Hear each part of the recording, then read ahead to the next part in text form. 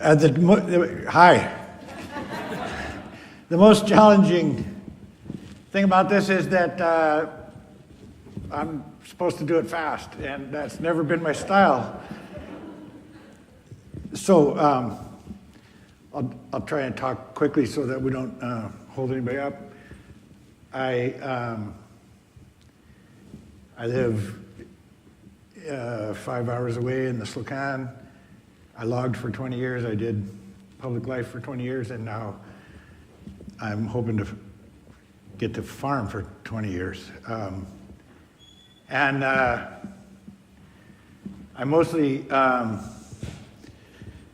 was invited to come here and talk by Christina, by your mayor, and she asked me to come and tell the story of the Columbia River and the treaty, and I'm not going to do that because there isn't time, and if you, I could do it another time, but it doesn't fit in the 10 minutes. 9 minutes. Another time. I've participated in my life in probably hundreds of public gatherings in community halls and rec centers and convention centers and people's kitchens. But I've never participated in anything like Hi Joy, and anything like this.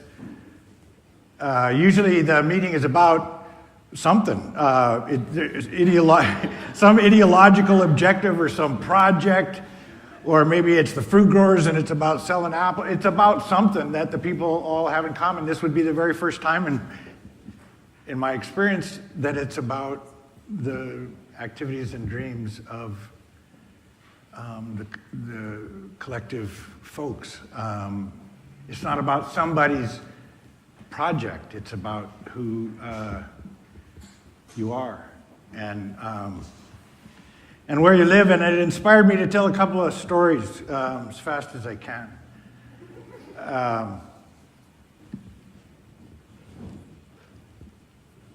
About communities, about people seeking some collective idea. The first one, actually both of them have to do with, for 15 minutes of my life I was a minister of health in British Columbia, and during that time had opportunity to learn a great deal. The first story I'll tell you is there was a Northern Health Convention held in Prince George. Prince George at the time, it was a long time ago, was aspiring to have a medical school. People in the north felt that their services were inadequate. And then there was, of course, all the First Nations from the Alberta border to the Pacific and north to the Yukon, who had pretty much no services at all. So there was a big event in Prince George. People came from all over the north. And half the people in the room were Native people. And there were speakers and slideshows. And one guy came from Ottawa. He was a health researcher. He was himself a First Nations individual. And he said, I have spent 10 years of my life trying to make a matrix, some kind of some data of what is it that affects the well-being, the health outcomes of First Nations communities. And well-being, that means like life expectancy, infant mortality, alcoholism, diabetes, cancer, recovery rates, all of it. Obesity, tobacco use, all of it. And he says, I have now figured out the single most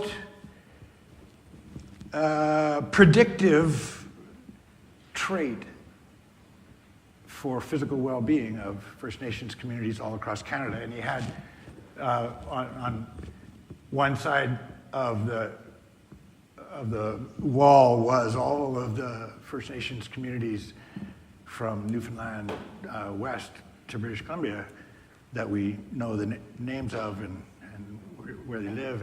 And then the other side of the board was blank. And he said, okay, who knows what it is that is the most predictive thing about health outcomes? And mostly Native people in the room, they raised their hands and said, distance to a hospital. Nope. Income levels, nope. On and on. Whether it's a dry reserve or not, nope. And then the people gave up and said, okay, what is it?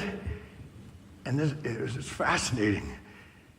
And then he filled in the other half. He said, across Canada, different communities, because of the Indian Act, negotiated at different times control over different parts of their community. Some negotiated control over child welfare issues, or some over social services, or some over justice, or some over land use, some over fish and game allocations.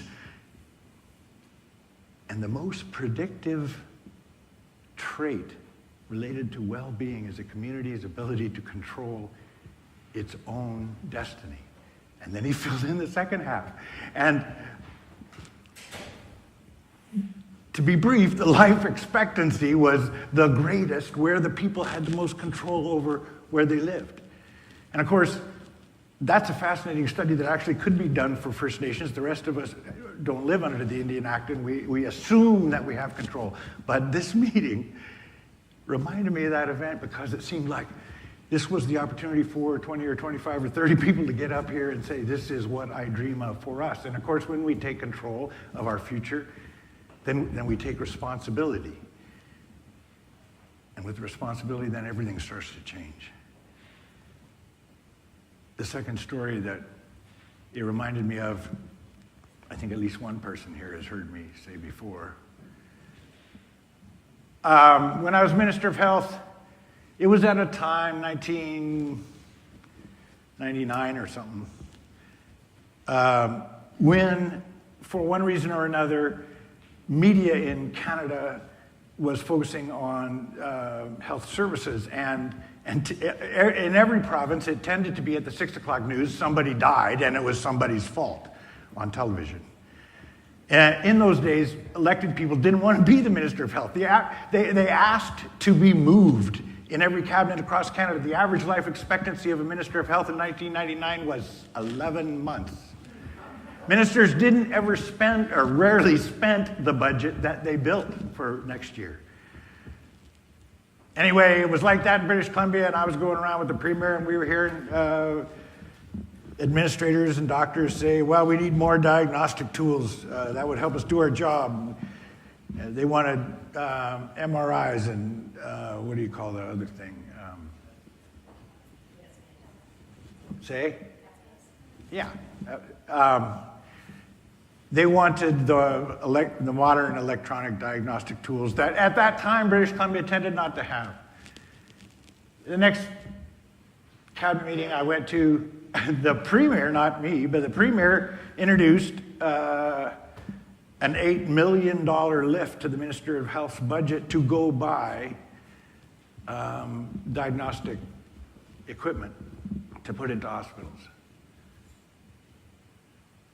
After the cabinet meeting, where of course everybody agreed because it was the Premier that asked for it, or told them, we had a meeting in the Ministry of Health's office, and all the senior civil servants, the people who run the Ministry of Health, and they are good people, by the way.